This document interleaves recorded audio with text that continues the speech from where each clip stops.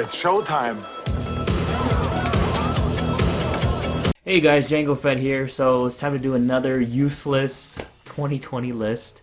And this is for my top 5 TV shows of 2020. So let's first start off with the shows that didn't quite make the list and that I watched and did like at the same time. So first off, there is Castlevania Season 3. It was okay. I did have a lot of problems with it. But it was decent. It was not as nearly as phenomenal as Season 2, Castlevania Season 2. Narcos Mexico Season 2.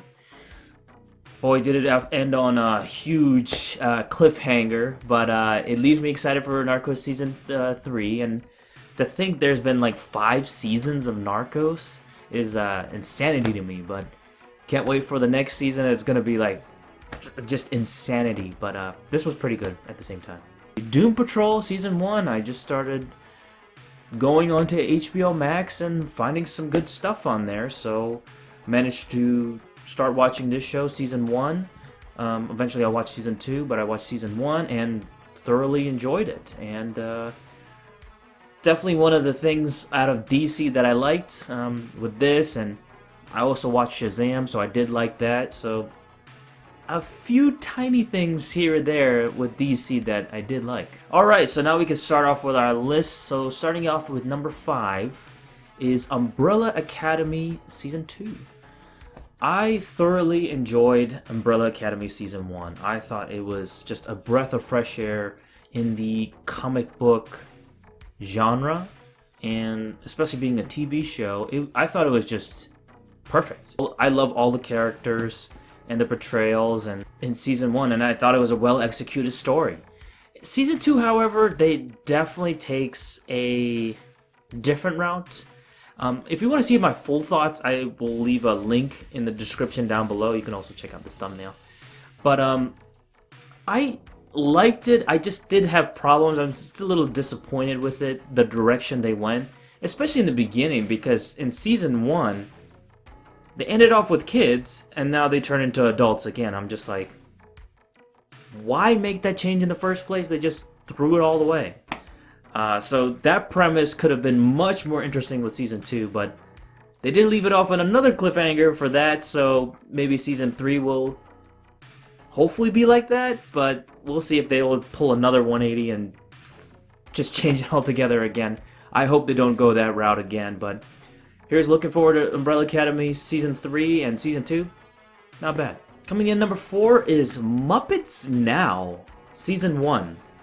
I think there's going to be a Season 2 of this, but on Disney Plus, there were very little on Disney Plus that I liked. But one of the things I did like, and since I'm a huge Muppets fan, was Muppets Now. And this was kind of like a combination of like social media meets Muppets, and they wanted to do this collected TV show of the Muppets, and it was freaking hilarious initially with the show. And I think there's only like 6 episodes, only like 15 to 30 minutes long per episode, but it was definitely great to see the Muppets again. I don't like the new Kermit voice. I think that's the only really bad thing out of the new Muppets Now. But I did like everything else. I thought they did a really great job, and I really enjoyed it. I thought they brought the classic Muppets back, and they did a really good job with the new Muppets. So props to Disney Plus for putting out one of the only few things that I liked with Muppets. Coming in number 3 is The Outsider. So, I don't know if there's going to be a continuation of this, but I think this is a miniseries on HBO, or HBO Max. And this is a Stephen King adaptation that very eerie and crazy, and definitely got me engaged from start to finish. It does get a little wonky towards the end, but I did thoroughly enjoy it, especially in the beginning when they have this mystery where these people are accused of these heinous crimes, and they don't even know about any of these moments that the police bring it up to them.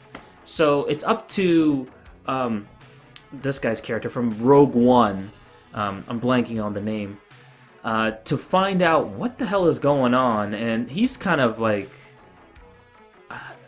I don't know if I believe this or not. What is real and what isn't?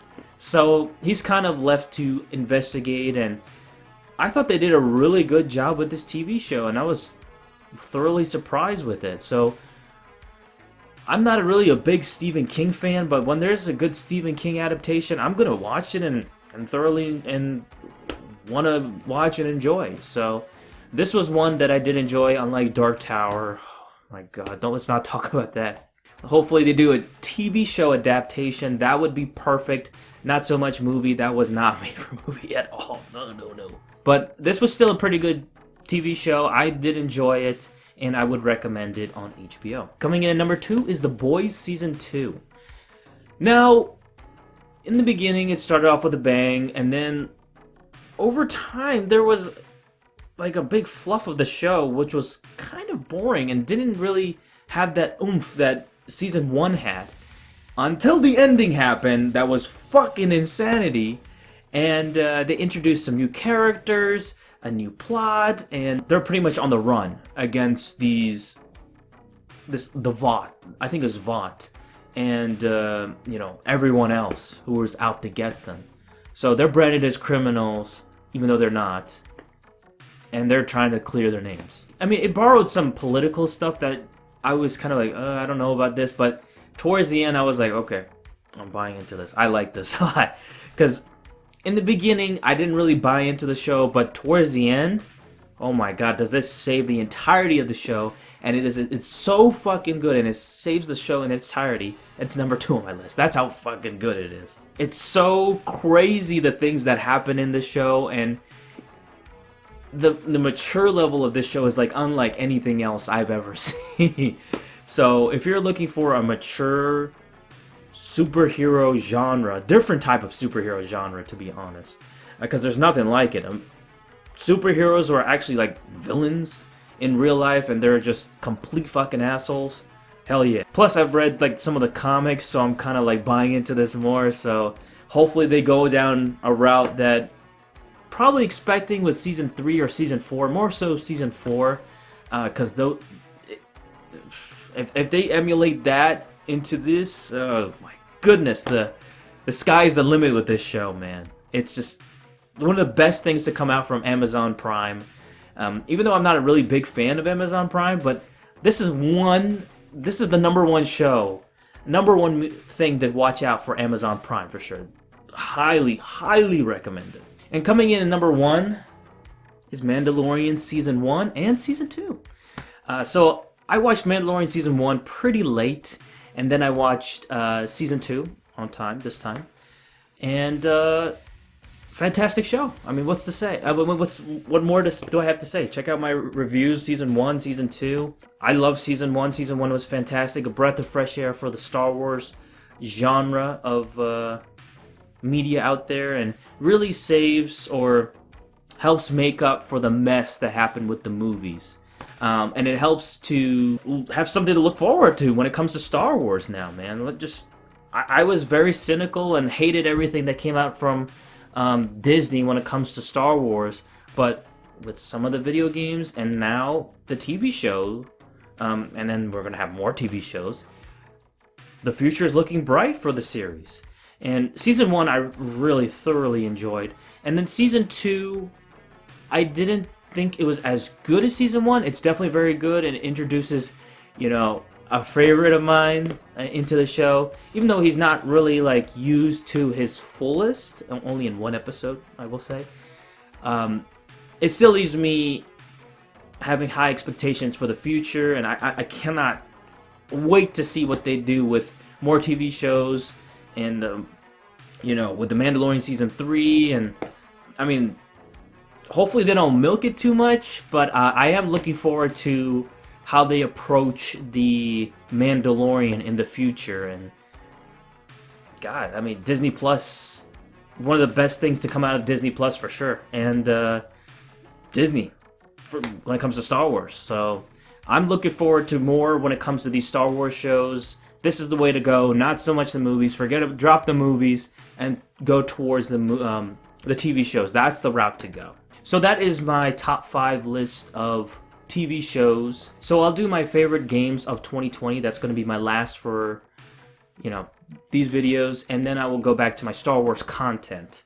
So that one's going to take some time, maybe a week or 2 at the most. And don't forget to please like this video and let me know your favorite TV shows of last year are in the comment section below. And subscribe to my channel, Django Fett, if you haven't already. And I'll see you, my fellow Mandalorian brothers and sisters, next time. Ooh, yeah!